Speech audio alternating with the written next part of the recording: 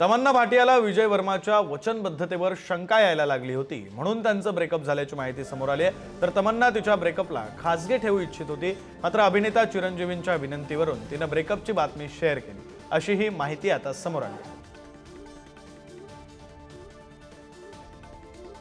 मौनी रॉयने ट्रोलर्सना प्रत्युत्तर दिलेलं आहे।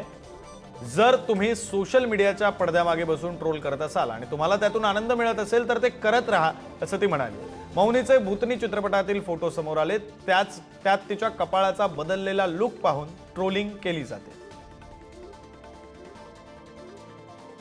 आमिर खान पहिल्यांदाच त्याची प्रेयसी गौरी सोबत एका कार्यक्रमामध्ये एकत्र दिसला। दोघेही मकाऊ आंतरराष्ट्रीय कॉमेडी फिल्म फेस्टिवलमध्ये एकत्र आले होते। यावेळी आमिरनं त्याच्या प्रेयसीचा हात धरला होता।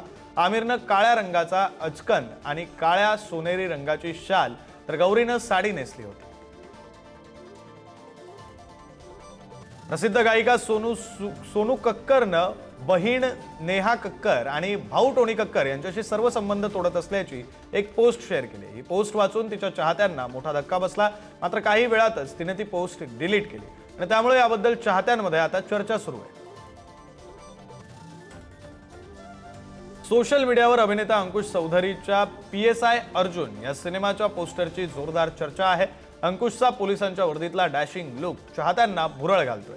अंकुश चौधरी 2 वर्षांनी भेटीला येतोय। या चित्रपटातला एक डायलॉग सध्या ट्रेंडिंगला आहे।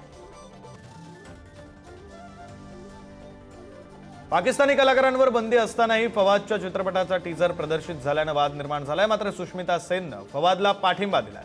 प्रतिभा आणि सर्जनशीलतेला कोणत्याही सीमा नसाव्या, असं सुष्मिता म्हणाली। तर सनी देओल आणि अमिषा पटेल यांनीही फवाद खानला पाठिंबा दिलाय। ऋतिक रोशनने एका मुलाखतीमध्ये त्याच्या स्ट्रगल बद्दल सांगितलंय। वडिलांनी मला स्वतःचं करिअर घडवायला सांगितलं होतं, तेव्हा मी दुसऱ्या दिग्दर्शकांकडे ऑडिशनसाठी जायचो, त्यावेळी माझ्याकडे फोटोशूटसाठीही पैसे नव्हते, असंही ऋतिक म्हणाला।